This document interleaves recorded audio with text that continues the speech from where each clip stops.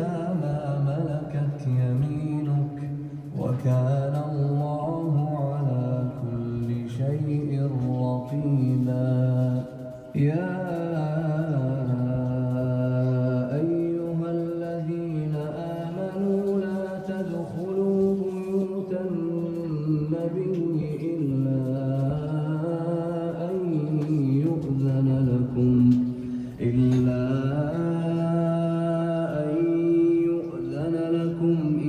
طعام غير ناظرين إناه